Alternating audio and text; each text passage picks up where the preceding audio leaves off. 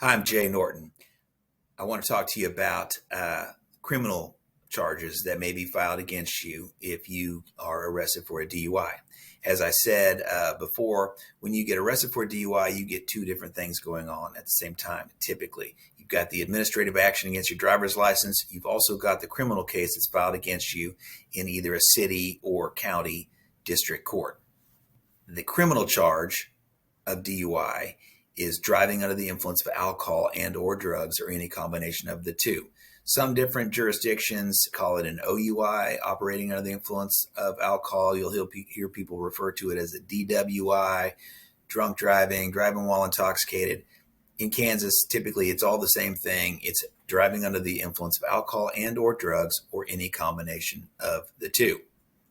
And there's two different ways that a prosecutor can try to prove that a person is DUI and to try to get a conviction for a DUI. One is to prove that you had a blood alcohol content of 0.08 or greater within 3 hours of operating the vehicle.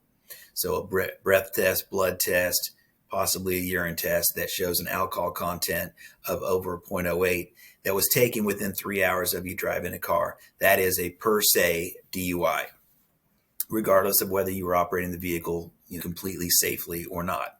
The second way that a prosecutor can try to prove a DUI is to prove that you were driving under the influence of alcohol and or drugs or any combination of the two to the extent that you are rendered incapable of safely operating a motor vehicle. So they've got to prove that you were unsafe to drive because you were under the influence of alcohol or drugs.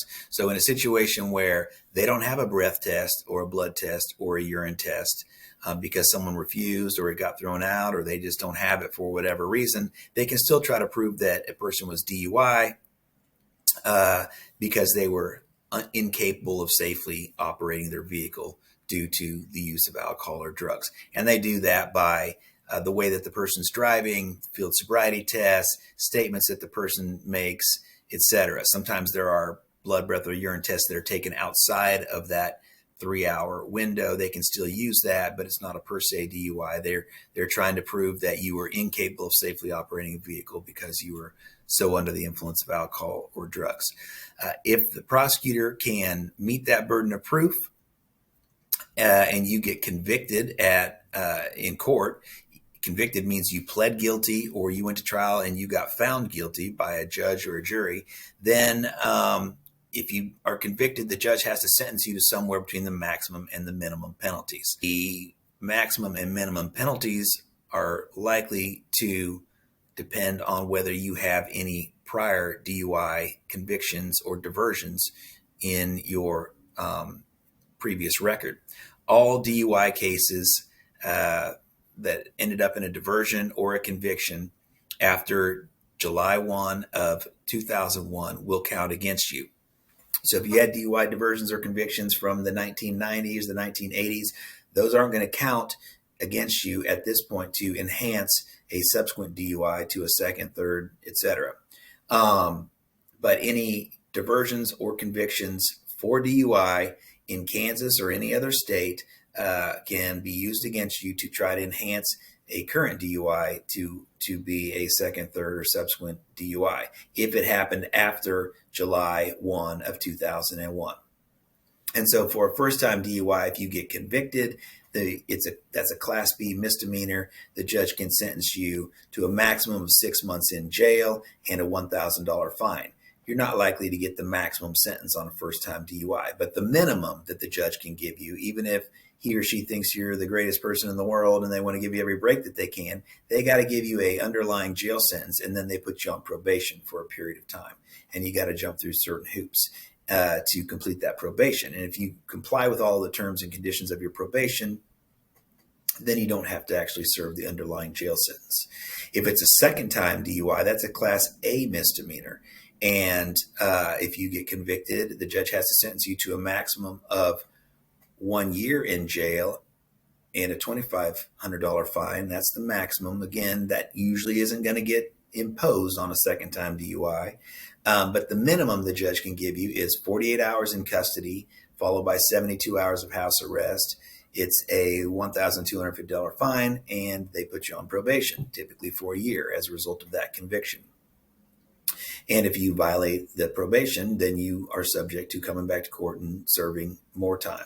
If it's a third time DUI, then it depends on whether you've had a prior in the last 10 years or not. If it's been more than 10 years since you had a DUI conviction or diversion, then it is still a third time misdemeanor, Class A misdemeanor. But if you've had a DUI within the last 10 years from the date that you get this DUI, then it's a felony. And a felony is always charged in the county court, the district court. They handle all felony cases, and it's a level 6 felony. And that means you have to be sentenced pursuant to the Kansas sentencing guidelines. And there are certain maximum and minimum penalties that apply in the case of a felony DUI. And I'll probably do a separate video on felony DUIs because they're kind of a whole nother level. And most people are facing misdemeanors. But a felony, you get a prison sentence. And that sentence, hopefully doesn't have to be served. You can hopefully get probation after doing some jail time and some house arrest time. But you have a felony conviction on your record, and you have a sentence of prison hanging over your head while you're on probation. So if you violate probation, theoretically, you can get sent to prison.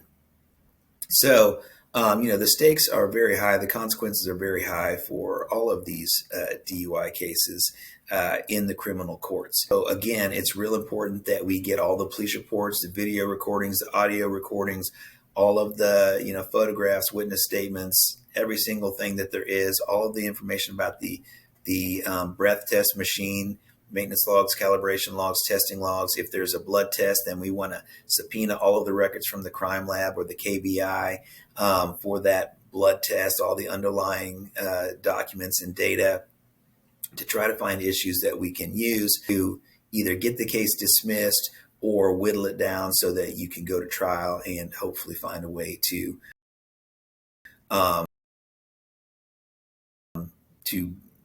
be found not guilty. To prevent the state or the city government from proving you guilty beyond a reasonable doubt. That's something that you need an attorney for. Really is not something I recommend that you do without an attorney. That attorney doesn't have to be me, but you need to get the best one that you can. Try to prevent that from happening if possible. These cases can be successfully litigated if you know what you're doing and you review every single thing that there is in the case.